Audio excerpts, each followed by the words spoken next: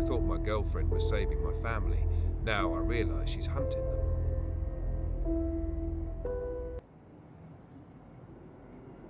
The first time I tried to leave her, she disarmed me with flowers my dead mother loved.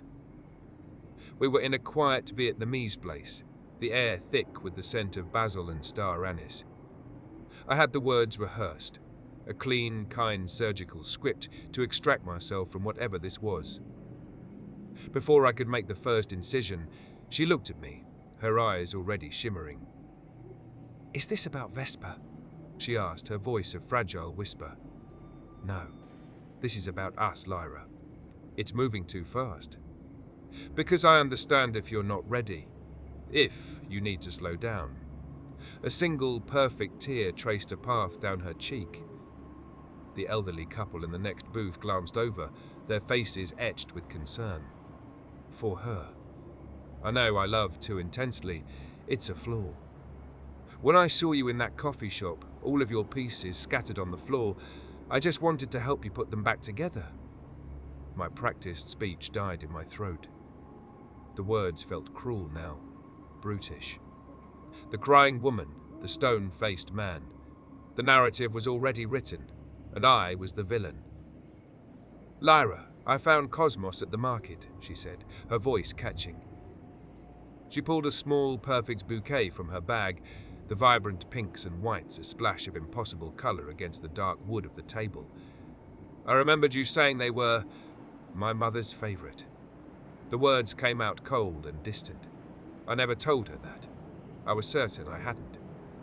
The divorce had left my memory in tatters, a library of scorched books, but I was sure of this. "I know you're scared," she said, reaching for my hand across the table. Her gloves were buttery soft, but her touch, even through the leather, was cold. A deep, profound cold, like a hand dipped in a frozen lake. "After losing your mother, then Vesper, I understand being terrified of letting someone in." She was standing now, a blur of motion, gathering her things. She left the flowers on the table like a piece of evidence. "I'll be better," she promised, her voice loud enough for the other diners to hear. "Slower. Whatever you need. I love you too much to trap you." Then she was gone. I was left staring at my mother's favorite flowers as the waiter cautiously approached to ask if everything was all right. My phone buzzed on the table. A text from her. "I understand. Take all the time you need. I'll wait." I don't remember agreeing to continue. But somehow, we did. The relationship didn't just resume, it deepened, like a fever breaking only to return stronger in the night. It had started 3 months earlier. I found my father in the dairy aisle at a Whole Foods, staring at the yogurts like he was trying to divine the future from their expiration dates. 5 years since Mum died, and the man still couldn't trust milk not to betray him. "The phage is good," a voice said, smooth as silk. "Better protein content." I watched him turn. Lyra was just there. She hadn't been a second ago. She held a basket of impossibly perfect vegetables, the kind you see in magazine photos. "Do I know you?" my father, Aris, asked. "I'm Lyra." She gave him a smile that seemed to physically alter the light in the aisle. "Kaylin and I, well, we're seeing each other." "You must be Aris. You have the same way of standing, like you're braced for bad news." My father laughed. A real, honest-to-God laugh that I hadn't heard in years. It felt like watching a ghost sit up in its coffin. "He never mentioned you," Aris said, but there was no accusation in his voice. It was delight.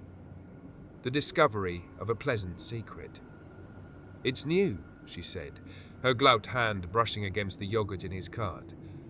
"That brand can cause migraines. Something in the bacterial culture they use." By the time I managed to walk the 10 feet to join them, they were locked in a conversation about the science of fermentation. My father was animated, gesturing with his hands the way he used to when he'd explain his engineering projects to Mom over dinner. "Kaylin." His face was lit from within. "Why were you hiding Lyra from me?" Before I could answer, he'd already invited her to Thanksgiving. It's just family, he insisted when she feigned polite refusal. Nothing fancy. Oh, I couldn't possibly impose. But she could. And she did. The way she said it was an invitation for him to insist harder. I just stood there, watching it all unfold like a storm moving in off the coast, completely out of my control. The call came during a client meeting. Vesper. Her voice had the tight, controlled calm it only got during a true emergency. Someone just tried to pick Ren up from school. I felt the blood drain from my face as I stepped into the hallway. What? A woman. Said she was Aunt Lyra. Knew all the details, Kalen. His teacher, his classroom number, the fact he's the backup goalie for his team. The front office secretary got a weird feeling and called me. Where is he now? Is he okay? He's with me. He's fine. But Kalen... She paused, and I could hear her struggling to keep her voice steady. The woman knew he has an early release next week for his orthodontist appointment. She knew you have Friday pickups. Security footage, I asked, my voice thin. Corrupted. It's just a blizzard of static wherever she should be, like a damaged VHS tape. But Ren saw her. He said she seemed nice, but her smile was... He said it was too big, like she was practicing it in a mirror. That night, I went to her apartment. Or the apartment she was using this month. I swear the furniture was different. Why would I try to take your son? She looked genuinely bewildered, holding a glass of wine. I was in back-to-back meetings. Look. She produced a digital paper trail, emails, calendar invites, login timestamps, an airtight alibi. Maybe it was someone else named Lyra, she offered gently. Who knew he was a goalie? Who knew about his dentist appointment? Kalen. She set her wine down with deliberate care. Listen to how you sound. You're paranoid. This divorce has been harder on you than you're willing to admit. Don't you dare gaslight me. I'm not. I'm worried about you. Your father says you've been anxious, forgetting things. A cold spike of dread hit my stomach. When did you talk to my father? He called me, after the grocery store. He wanted to know what you like to eat now, if you'd gone vegan. He's a sweet man, Kalen. So lonely. She laughed, but it sounded hollow, like a recording played in an empty room. The Tuesday before Thanksgiving, at 2 a.m, Vesper's text woke me from a dead sleep. There's someone outside. I broke every speed limit getting to her house in Ballard. Lyra's silver Prius was parked under the big maple we planted when Elia was born. The engine was running, a plume of exhaust ghosting in the frigid November air. She was just sitting in the driver's seat staring at the house. She didn't even flinch when I banged my fist on her window. She just rolled it down, a cool draft washing over me. I couldn't sleep, she said, her voice even. I was worried about you. You were worried? You were so upset the other night. About Ren. I was afraid you might do something. So you came here, to sit outside my ex-wife's house? How does that help? I love you too much, she said, and her gloved fingers touched my cheek through the open window. The cold was shocking, seeping into my skin. That's my curse. I just love people too much. From the front window of the house, I could see Vesper's silhouette. Lyra saw her too.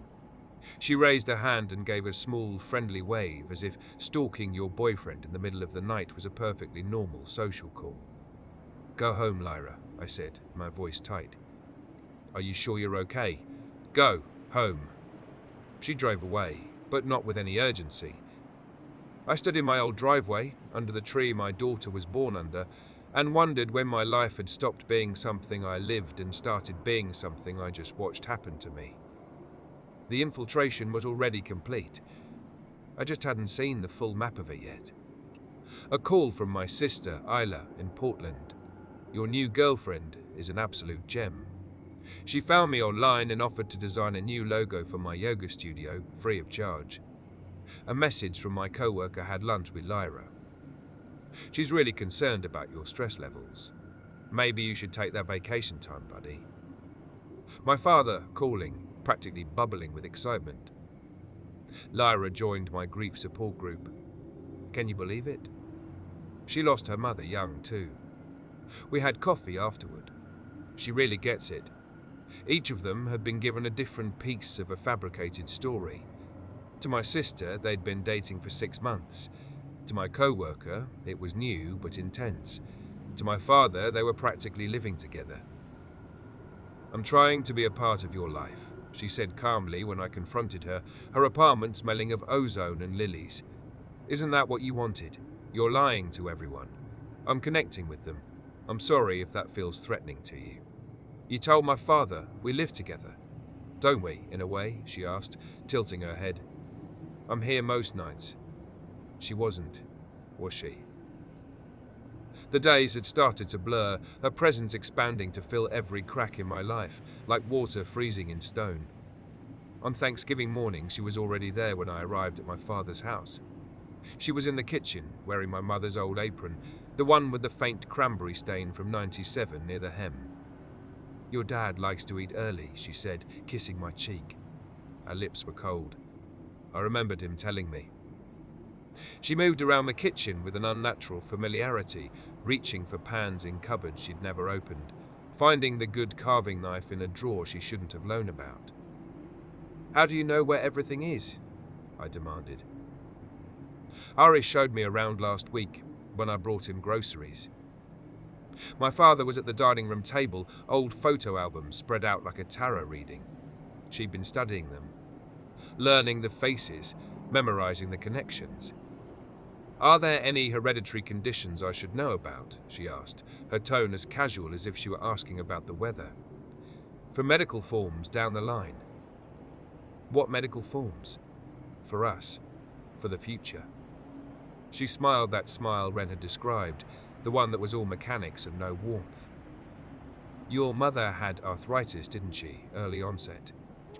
Before I could ask how she knew, she called out, Aris, darling. What was that medication Anna used to take for her joints? My father rattled off a list of prescriptions I'd never even heard of. Lyra nodded, absorbing the information. Her own phone always subtly angled, the camera's lens a flat black eye. The meal was a nightmare of perfect nostalgia. She had replicated my mother's stuffing without a recipe. The turkey was cooked to my father's exact preference. Even the cranberry sauce had the hint of orange zest only my mother ever added. This tastes exactly like Anna's, Aris said, his voice thick with emotion. She was a good teacher, Lyra said, smiling at me, and the lie was so blatant, so audacious that no one even thought to question it. When my sister Isla and her family arrived, Lyra greeted them by name, knew the twins' allergies, and asked about Isla's husband's recent job interview. You're psychic, Isla laughed. Just observant, Lyra replied, snapping photos of everyone. I love documenting families. They're such beautiful, intricate systems. After dinner, as my father stood up, he swayed, gripping the table for support. Lyra was at his side in an instant, her fingers on his wrist, her eyes distant as she counted his pulse. His blood sugars crashed, she announced. She produced a blood pressure cuff, glucose tablets, and a finger prick tester from her purse with the efficiency of a paramedic. My own mother had the same issue, she explained to my horrified sister as she expertly drew a bead of blood from my father's finger. Later, I found her in his study. My father was asleep on the sofa, a deep, unnatural sleep.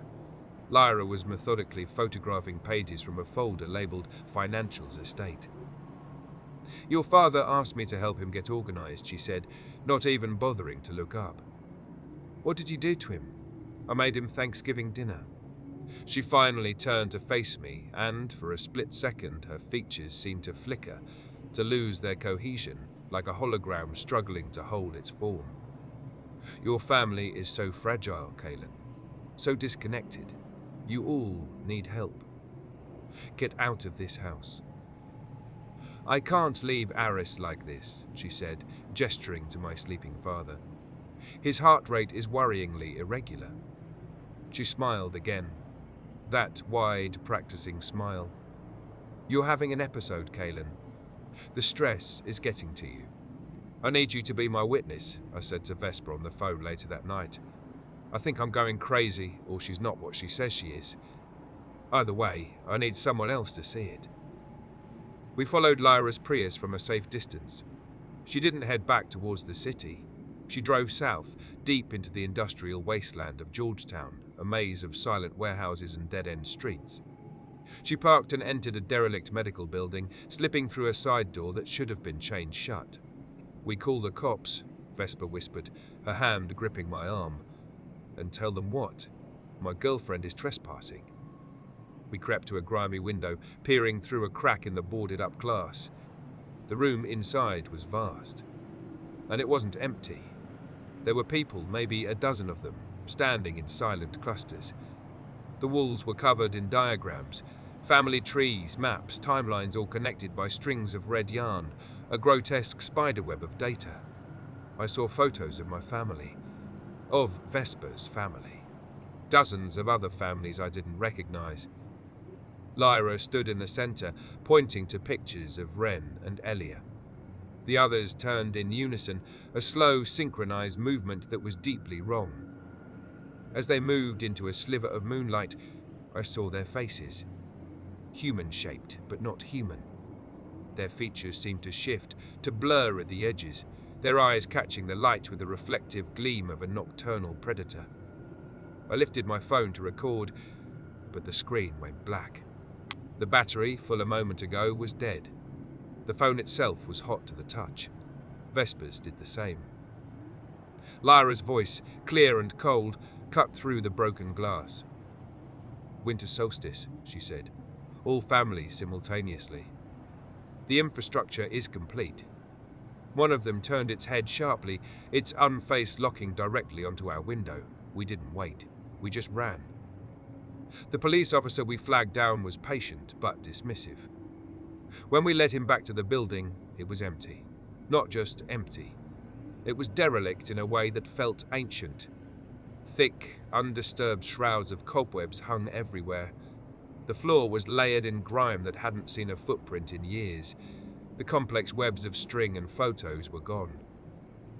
"You sure this was the place?" the officer asked, shining his flashlight around. "Looks like it's been sealed up for a decade." In the car, I saw the doubt creeping into Vesper's eyes. But I knew. I knew the door Lyra had used was the same one we were staring at. My phone suddenly chimed to life in my hand. One new message from Lyra, sent an hour ago. "Hope you enjoyed your walk. Sorry I missed you after dinner.